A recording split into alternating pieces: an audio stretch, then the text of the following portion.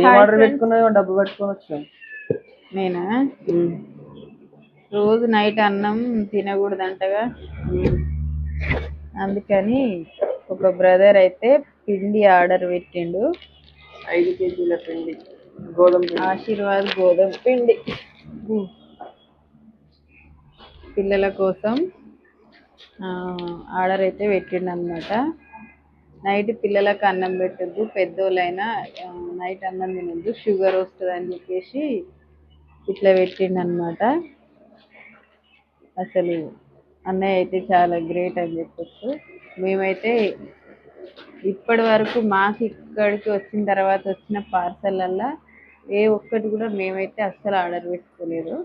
అన్నయ్యనే order పెట్టిండు అనమాట. పిండి, మంచి పిండి చపాతీలు చేసుకొని తినండి నైట్.